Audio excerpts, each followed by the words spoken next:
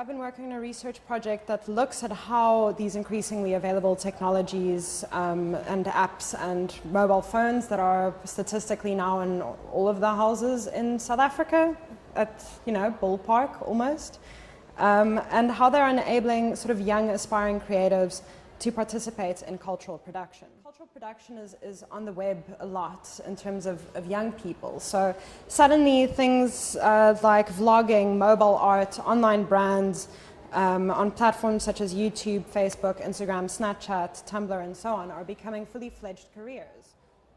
So why is this of relevance in Cape Town? Well, as sort of a lot of our research revolves around, is Cape Town is a very unequal place.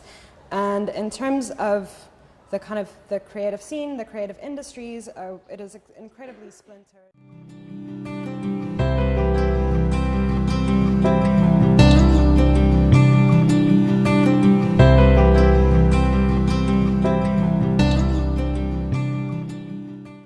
So the reason why this participatory culture idea was so appealing to me and so interesting is because in a lot of the literature and a lot of my own practice as a visual designer, there's this kind of sense that you don't necessarily need these traditional models of education anymore. You don't necessarily need to go to school if you want to become a vlogger, because all of these things are online and it's enabling amateurs to become professionals.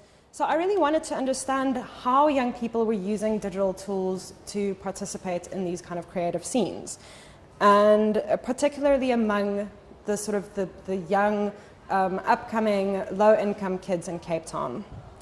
And so what I looked at was, extended curriculum programs, which is sort of a pre-first year that kids get enrolled into.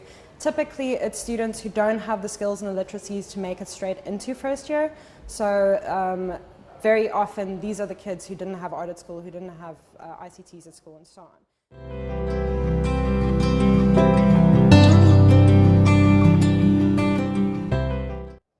So I wanted to kind of see what kids were making before this kind of access to all of the tools, and how could one redesign the tools that were already like in the hands of young kids like those to better support the kind of creative practice that was already happening. What we really wanted to think about was, what about the next generation of kids who, the kind of technologies that they wanted to use, the Instagrams, the Tumblrs, and so on, were just too high in data costs. It was really, really difficult to access those things. And so we started thinking about what would it look like to have a tool that could support the kind of practices that were already happening and kind of adapting it for the ecology that these kids were living in.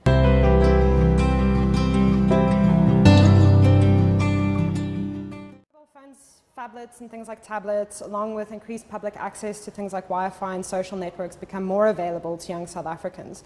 It is really important to kind of support the sort of grassroots creative movements that are emerging from these spaces, particularly in a place like Cape Town, which is at this stage very unequal.